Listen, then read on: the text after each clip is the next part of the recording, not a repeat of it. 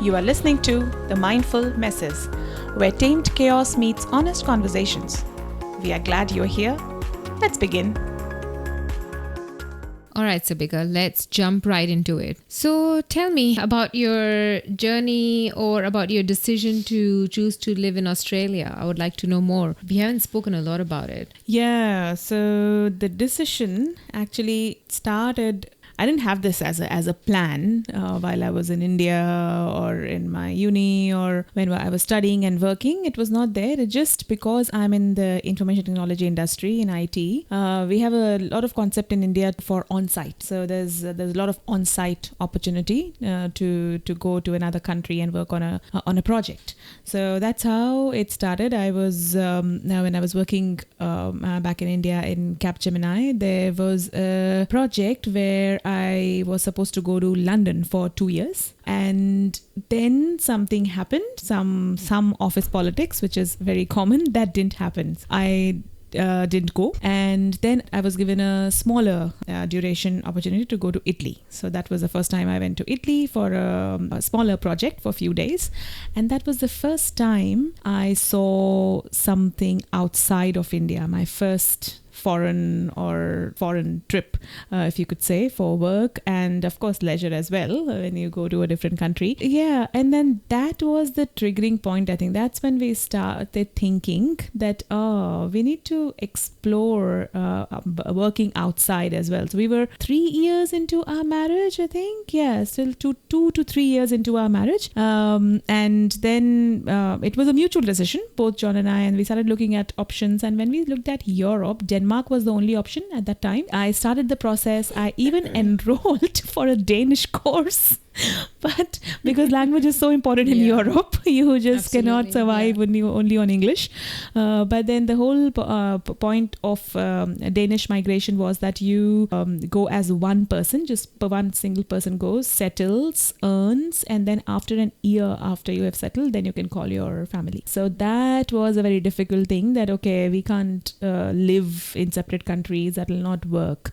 So then we started looking at other options. Canada, can't do snow, and then Australia. So that's how the whole Australia thing started, and then I started the whole visa process. And then, cutting long story short, how I came to Adelaide was by chance, because it was just that visa condition. I didn't choose Adelaide because as most of us, we know Melbourne, Sydney, Brisbane, Perth as well to a great extent. But Adelaide was not known, and back in 2016, it'll be 10 years of us migrating here. And then I was like, okay, so Adelaide, let's start looking into that. And then because of the visa condition, we were forced regional visa to Adelaide. And yeah, that's how our journey started in 2016. What about you, Ruch? Well, for me, I had never thought of Australia as well. As a teenager, I think I did think of it, but that too because I might have just heard it from a friend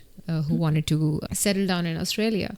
So I came in 2012, I think, when I got married. So I came on a spouse visa. I did not want to settle in Pakistan from the very beginning, but I didn't really have to work hard for it. It just happened for me. I just came here after a marriage without actually knowing what I would be doing, just holding a pharmacy degree and knowing that I have to go through the whole process.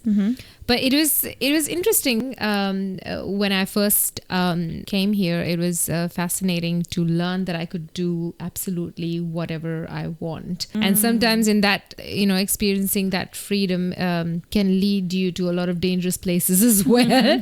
But I think that was the most fascinating feeling, that I could do whatever I want. I could travel very safely anywhere using public transport and things like that. But I do remember this funny story. We used to live in Plimpton at that time. And I was home and I was not working, and there was I think a tradie, there was some road work going on, and they wanted power extension. So someone came and kept on asking for power extension, and I could not understand the English. I was on the verge of crying. It's like, I know English, like what is going on? It took him 10 minutes, the poor guy, to explain what he wants. And that was, I think that was the only cultural shock that I went through, was that, oh my God, I don't know, or I don't understand English. So that's something that I can never forget. And I share this story with so many people. But it changed a lot when I started working, meeting people, and I just love it. I cannot think of going back. Then India in IT especially, I'm not sure if that is in Pakistan as well, and with the whole culture of call centers, how the call center started in India, and the first line telephone support and all those things. So we are trained for different accents. So if you are dealing with a customer who is in America or in UK or in Australia, you are actually trained. So you get a whole cultural training of how that culture of that person is, because they will be speaking to that person on the phone and they should be feeling comfortable sharing their issue with you. It could be like, if you're in a mobile company, it could be a network issue, it could be a bank issue, it could be any industry you are in. So you should understand that person first. Culturally, you should connect, and then you understand their accent as well, because every country has a different accent, right? And even we like from South Asian background, we are told that we have a specific accent in which we talk English. We have studied English as a subject in our school, so we have studied grammar, and we have not picked up, but we have learned this language. So and there are a lot of interesting stories of understanding the accent in a new country. When you come in, it takes time. It really takes time, and talking to a lot of people. So I started my career here of work in OTR. So that was my first job, where I was on the tilt. So the job was to actually talk to people and when they are coming for their convention, it's a conventional store and petrol pump. So they're coming to buy things and cigarette and then lottery ticket, and they want a coffee, and then even coffee's names are different. That's not how it is in India. So you need to understand what a latte is to. So that was amazing learning I had on the dealing with Aussie people and it's Australian people are called Aussie people face to face, where I was very new, just 2 months in, and then I got the first job in OTR. That's for me. My first job was in a restaurant, that also a kitchen hand. So I was washing a lot of dishes, chopping a lot of onions. And then after that, I did just, I think, a month of waitressing. And then after that, I started doing night shifts at Subway. And I think that's when my communication started to get a little better. But that was how. But I remember when I was looking for jobs initially, I had to like make a resume. And I remember I went to Central Market, and there was this veggie shop. And, I was just, I was because I didn't have much to do, so I would just be walking around and asking people if they're hiring or not. And there's this veggie shop that I went into, and I asked them if they're hiring, and they asked me for a resume, and I started laughing. I was like, what? You want a resume to work at a veggie shop? I never knew that. So those are the kind of incidents that, that it was way back. And when I think about it, we've come such a long way. It's been a pleasant journey. Yeah, but don't you think we're so fortunate here that you can work in any industry? So coming from IT, I had my open mind as well, because I have heard that from friends and people who migrated before me. So I had open mind that, okay, I will do anything. It's just I need to get into the job market. So we are very fortunate that you can work on a veggie shop. I could work on at a petrol pump, in a restaurant. So you could do anything you like. If it's only about earning money, you can earn money doing anything you like. I think that's what I learned here. Depends on what career you want. If you're educated and you want to follow that career, and if you have a passion, you want to follow that. But that's really fortunate as migrants. And that hustle thing, I like that as well. But I did quit my job when I fell pregnant, and that's that's when I decided that I'm just going to focus on my studies, go through the process. And that was a big game changer for me when I started working as an intern, because everything is so organized here, as opposed to in Pakistan, how medicines are given out. It has changed a lot now, I've heard, but obviously back when I was studying and did my internship in Pakistan, it is quite a journey, and I think I've just become an entirely different person after living here in Australia.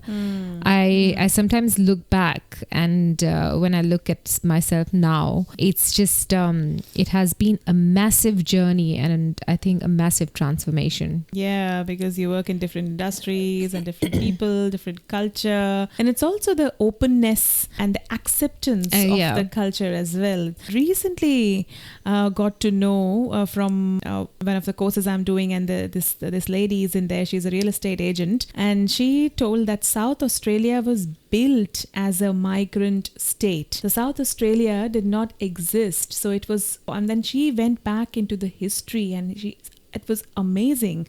It didn't exist. It only was built as a migrant state for migrants to form a community. So only a few migrants started that, and then it grew. And I didn't know that. It still is. It still is. So it's like, even if at that time I was like, oh my God, what is this Adelaide? Completely my noviceness, or my not being knowledgeable enough, or not good in geography, but that is what I thought, that what is this Adelaide? Where is it? And then I started looking at it, because I also wanted to go to Sydney or Melbourne or Brisbane for that matter. But then we're like, okay, let's start, and then we'll do the 2 years conditional living here, work here, and then we will move out. But that never happened. So after we got, it was very smooth process for us. I also acknowledge it's not as easy and as smooth for everyone. Yeah. But I would say that was just 2 years we spent here, and then eligible for PR. We came on a temporary residency, then became a permanent resident. As soon as we became permanent resident, we could move out. And we traveled to each state just to get the flavor of other cities. But then coming from Delhi in India, I'm like, no, this is not what I want, really. This is what I have already experienced, and I don't want to go back to that, to be on the road, in the trains, and bigger city. Definitely more opportunities. Bigger city, more population, more opportunity. Even if you're doing a business, even if I'm like doing my singing thing here, I'm following my passion, I would have been doing many more shows if I was in Sydney or in Melbourne, because more population, more migrant community there, and more opportunities. But then what do you really need from life, and your priority of things as well? So we then chose that, we will continue living here. Then we got our citizenship. In another year, we became citizens. And then we decided to become parents. And then that's how the journey is going. We like amazing 10 years here. Yeah. So do you think you've changed as a person living here? And do you think the environment around you has played a role in that? Definitely, yes. Environment, experiences, people we met along the way, they have changed us as well, in good or bad way, both, because people are people. They are the same. Humans are the same anywhere on the planet. So you meet good people, you meet bad people everywhere, and then those experiences change you. But the main thing of what shaped us, changed us, is the flexibility of doing things. Is how much we are allowed to do here. And even though we do everything on our own, so even though we do the household chores on our own, still we are able to do so many more things if we choose to. Otherwise, definitely there's a good recliner we have in the house, and Netflix as well. So that is also a good choice, and we should do that also as well to relax. But we have definitely changed and evolved as people being here, and we would have been different people if we were back in India. Yeah, exactly. I do believe you, because first the environment around us, it plays a significant role in how we grow, right? And one important point that I would like to address here is that living in a first world country where we have all the basic facilities, we don't have to be frustrated about basic things, water, electricity, gas. So when everything's just available and you don't have to work hard for those basic needs of life, you're able to think about growth. But back home, at least where I come from, people have to fight very basic battles that they don't even have the time to focus on anything else. And that's right. That is Survival. one of the survival, exactly. The other thing is that I've learned over here, that as you said, that people are very accepting here, in my personal experience. One of the reason is that the society back home is more entangled in culture, morality, the shoulds and the shouldn'ts. You're never able to know yourself as a human being, because you basically are living a life of shoulds and shouldn't. So there's no individuality, there's no you in that model of life, is what I think. If I imagine myself living there, I can't imagine myself being the person I am today, because there's so many barriers, and this goes more for females but also males. So I can't really say that males can really know themselves better there, because they are living a model that's been presented to them as well.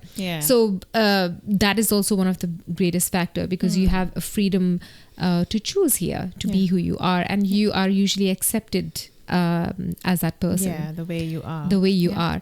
The other thing that I've learned, and I've started practicing actively, I have noticed that at our end, or where we come from, people really give up on themselves very easily. So after a certain age, you just give up on yourself. Like, I'm turning 38, and so a woman from where I come from, so they're expected to not be caring for themselves that much, and their life is more aligned towards their surroundings, to be more giving and not to themselves. So what I've learned here is that, like, I've seen people who are elderly people who are 80 years old, and they just they like to groom themselves, and they're going on cruises, and they don't give up on life. They're still living. In fact, they think that their life actually starts again when their kids are all grown up and they've left the house. Then they can actually get to spend that time in traveling. And so those are the things that has actually made me very optimistic about life, not giving up on life, even after tragedies, because life is full of them, isn't it? I remember this story. I came across this couple. I haven't seen them for a while. They used to come to our pharmacy. They're very regular customers, and very happy couple, right? And the wife was very pretty and always well dressed, groomed, and everything. So I was like, their life must be just so perfect and happy, and that's why they're able to do all this. And then, as I started to know them, and they started to share their stories, they had actually lost a young son to cancer. And when they told me that story, there were tears, but I was just surprised at how they're still trying to live their life and not giving up on themselves. And I've seen so many people doing that here, and it's just very encouraging that that spirit of not giving up on life. Yeah, I think it's generational as well. It's changing now, especially I can speak in the context of India. It's changing very much for India in my generation. People do take care of themselves. They're prioritizing health, but some things can't do those things because of the environment around you. Yes, like but how you were saying. It's our generation. I'm sorry, I'm cutting you, but it's the millennials that is changing, because the generation before us, they still do not appreciate our doing what we are doing. Yeah, but then what you said before, what you said earlier, that's because the basic necessities are met. Because living in a first world nation and living in a growing economy and still an establishing economy, it's very different. You're not fighting for the basics. So the basics are sorted, and then you can actually think about living life, keeping well, dressing up, and keeping fit to be able to travel, to go on cruises. So yes, you can do that. And also a major part is that a lot of work, the chores which I was talking about, is outsourced in India. So yes, you feel luxurious at that time because it's outsourced, but you are doing negative for your own health because you're not active. So people here do their own chores, do their gardening. So my neighbor who's just across my house, she's 82. Yeah. And another neighbor next door is 80. So they are both 80 plus, and they go for a walk. They take their dogs. They do their own gardening. So they pick up, they bend and pick up weeds from the. So it's genes as well. But then because they have lived here, they have a superannuation package which they are living on. They're not working for many years. If they are 80, that means they're not working for 22 decades or more, and they're living on the living on the government money basically. So the system is amazing. System is taking care of them, so they can take care of themselves. Yeah, So that's right. Also something to be mindful of. Which yes, and then definitely the attitude that what you were saying was like, now it's my age. I'm growing old. I can't do this because I'm growing old. And I hear more of South Asian people and people from our background saying this. I'm growing old. I can't do this. No, I mean, age is just a number. You can do anything you want unless you have really a serious condition or an illness or an injury or something which you're unable to do. But yeah, this is a mindset. So it's a mindset where we just give up on life very early on. Yeah. That's absolutely right. I agree. Even now that you know that I've started a uni course, it's a 1-year course, and I was very excited about it because I've never had any kind of education in Australia. And I was telling this to one of my relatives, and they were like, "What are you doing studying at this age?" Yeah, I was actually thinking that. I was like, okay, why are you not having another child? I'm like, so there's no age limit for that, but why are you studying at such an old age? I'm like, right. Yeah, it's definitely what we experience here, which is amazing. And I've on the daily chores topic as well. I'm while I just scroll through my Insta, which is happening much lesser these days, because I'm very mindful of where I'm spending my time on. I have screen time, and just going on scrolling reels. I don't do that, but I saw a few reels which were very comic, very good for a light note, but I was like, dude, guys, you don't know. I mean, I don't know who's making those videos. Are they living here or are they living in India? So it's like, imagine when you were migrating to Australia, or you had this in mind, that in mind, and then they come up with all dresses, wearing good dresses and handbags and hat, because we had so much sun here.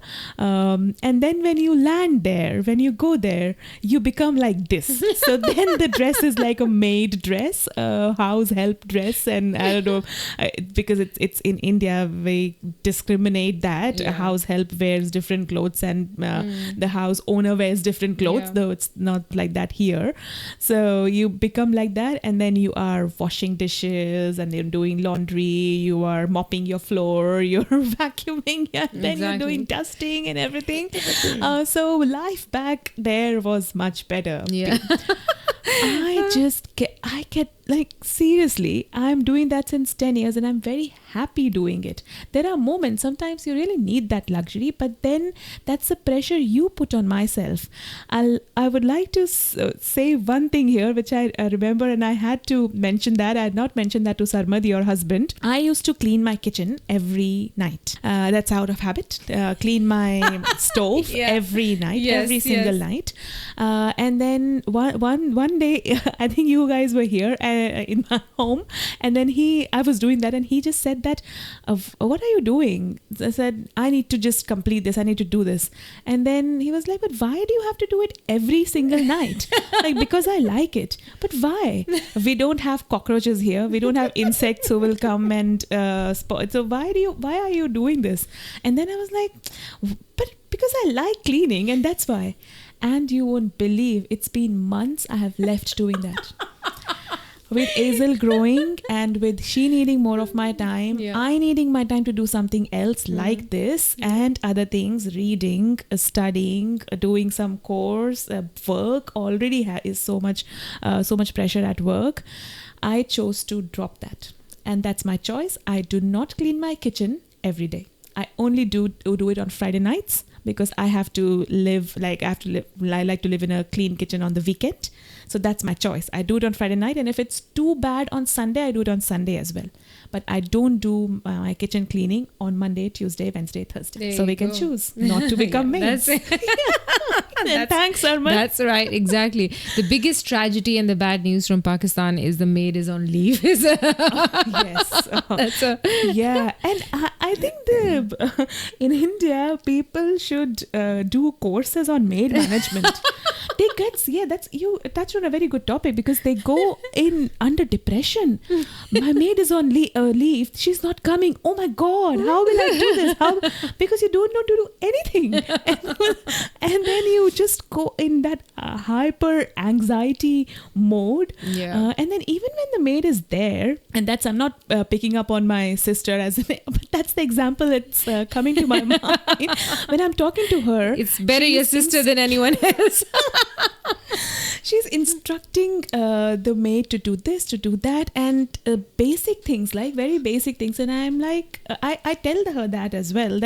But the time you have taken to explain that to her, you could have done it yourself. So maid management should be a degree. It's just it's funny. Like, I'd like to see how Azel would react to that because when we went to Pakistan and there's this, like, the maid, she was bringing the food to the table, and then she went to her room to eat her food, right? And Ayan Sarani and the whole family was sitting, and he's like, why is she not eating with us? She brought us food, so she should be eating with us. And everyone was just quiet. And we're like, I don't know what to say to that. So it's just, it's a big cultural gap. Exactly. And because that class thing of lower class and upper class. Upper class. Because here everyone is doing those basic things for themselves. And that's why your respect is basically not associated with the kind of job you do. For us, it's all it's all the white collar jobs, and the kind of job you do, the kind of house you live in is how you are perceived, and based on that you're welcomed in society. So even here if we have house help, you have house help, house help. I had our house help, and my house help, I used to invite her for my parties.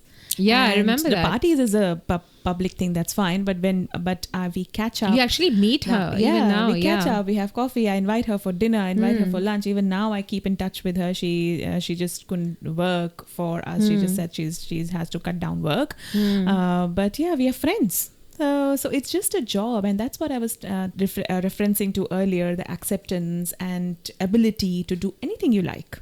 She chose to do this. She works in police. She's in police, and then she chose to clean people's houses as well. Then spend time with her son. So do you think you would ever be able to go back and settle in India? I don't think so. It's a political question, because if my family is listening back there, which they are, definitely they are my regular listeners. That's very sweet. So, but not settle, because when you said the word settle, I don't think so. John and I have had discussion on that as well. It'd be very hard to go back and work there, even with the skill set, even with 10 years of skill set we have picked up here, we can't go back and work there. That's right. I could go back, and if I win a lottery, then yes, buy a resort in a place where I want to, not Delhi. I can't live in a smog polluted environment, because then I will die, of course. So in a place like Goa or somewhere, I can buy a resort, or Kerala, and then live there. And then travel around, be close to my family. But I can't work and hustle there. I don't think so. Yeah, same here. I don't think there's so many self-created problems there as well, along with all the other problems that people have to deal with.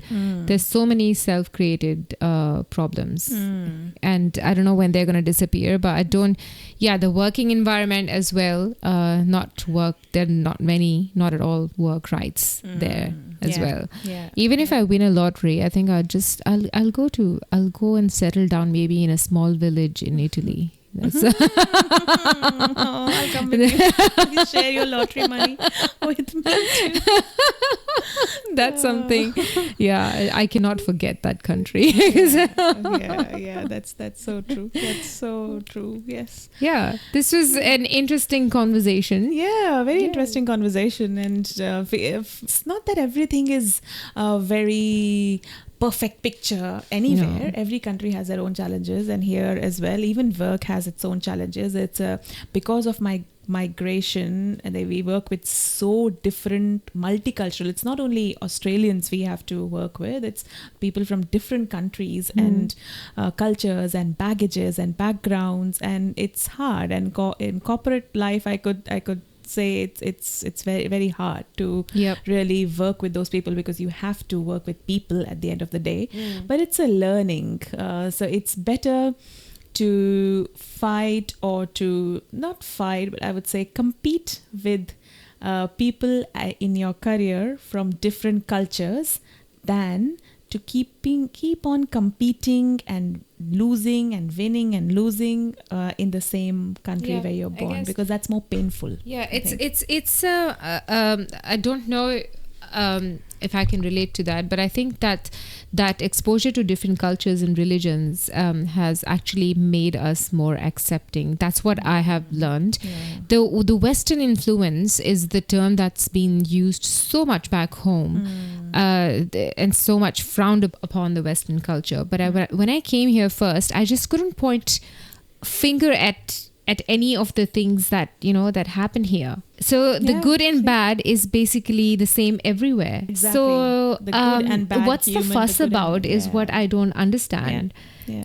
And it's just I think, and I'm very grateful for that I think I have become more accepting towards people than I was, because before, when you're living in a country or a place of a certain culture and certain religion, that's what becomes the right thing. Yeah. You're not really, you're living in a box, and you don't know that there's a world outside. You're But not there's a world, exposed to exactly. anything. There's a world outside, and it's a good world. There's nothing wrong with it. Yeah, it This, is. this, It is. Yeah. There's good and bad, and then we talk about discrimination, the racism, and things like that. There's racism in our countries. Exactly. That's why I There's was saying that discrimination it's in been our countries between painful. different Yeah. communities. Yeah. Between one province against the other, they're still fighting. They're still killing each other for those reasons. Yeah. So, but when we come out of that place, that is when we realize, because we are on the receiving end then, right? Yeah. So it's so it's just and that's why I sense tolerance, love, Yeah. understanding the other person's perspective. Yeah. This is all what is needed for this world to be a beautiful Yeah. place. Yeah. And I think migration has allowed us that, given us that Yeah. opportunity. And that's what you were saying, that we are so grateful for it. And we are. And yes. I can't think of going back. Yes. Yeah. Yeah. We were very excited to share our journeys with you, and would love to hear from you what you have become, your stories of migration and settling in. Yes, guys, do share and connect with us. It will be really good to know and have this whole community of shared experiences. Yes. Yeah. So yeah, let's talk. Let's discuss. more. Yes. See you. I'm sure we'll get along. This is us, Uruj and Sabika, signing off. If any of these thoughts lingered with you after listening, don't let them sit alone. Follow us, reach out, and help us grow a community shaped by curiosity, honesty, and shared reflection. Until next time, be kind and gentle to yourself and others around you.